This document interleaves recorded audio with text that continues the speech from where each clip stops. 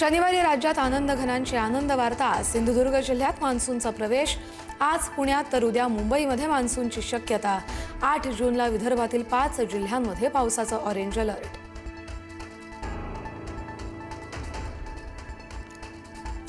पुण्यात पुढील 4 दिवस पावसाचा येलो अलर्ट। पुढील 3 ते 4 दिवस शहर आणि परिसरात मेघगर्जनेसह पाऊस। उकाड्याने हैराण झालेल्या पुणेकरांना मिळणार दिलासा।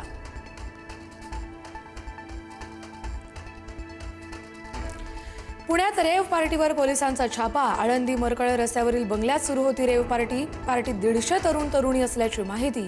23 जणांनी अंमली पदार्थ सेवन केल्याचं उघड।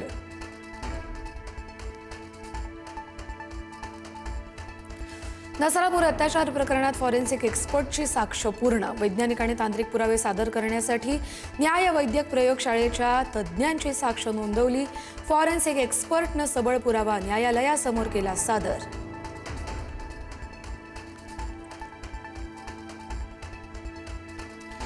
मुंबईमध्ये लाईव्ह कॉन्सर्ट दरम्यान एकाचा मृत्यू।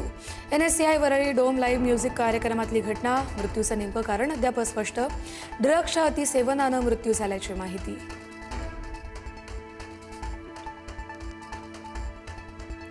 TCS धर्मांतर प्रकरणात MIM नगरसेवक मतीन पटेलचा जबाब समोर।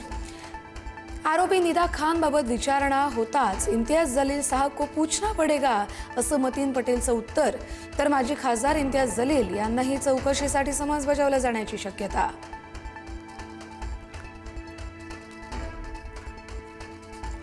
घरगुती गॅस सिलेंडरच्या दरात पुन्हा वाढ। आजपासून LPGच्या दरात आणखी 29 रुपयांची वाढ।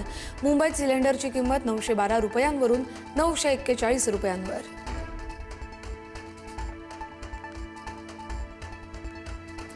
तुकाराम मुंढेंचा दणका। आता वडापाव व्यावसायिकांची खैर नाही।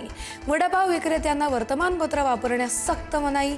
अन्न पदार्थांसाठी वर्तमानपत्र वापरल्यास होणार कडक कारवाई।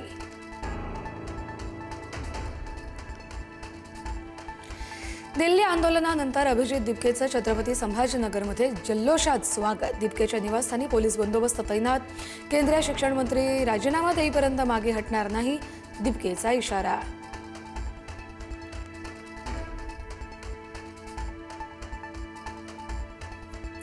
इंग्लंड दौऱ्यासाठी भारताच्या T20 संघाची घोषणा। श्रेयस अय्यर नवा कर्णधार तर तिलक वर्मा उपकर्णधार। IPL मध्ये तुफान खेळी करणाऱ्या वैभव सूर्यवंशीचं देखील भारतीय संघात पदार्पण।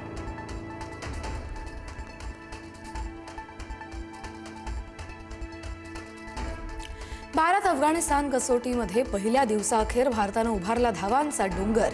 पहिल्याच दिवशी 3 गडी गमावून 368 धावा। कर्णधार शुभमन गिल 103 आणि ऋषभ पंत 50 धावांवर नाबाद।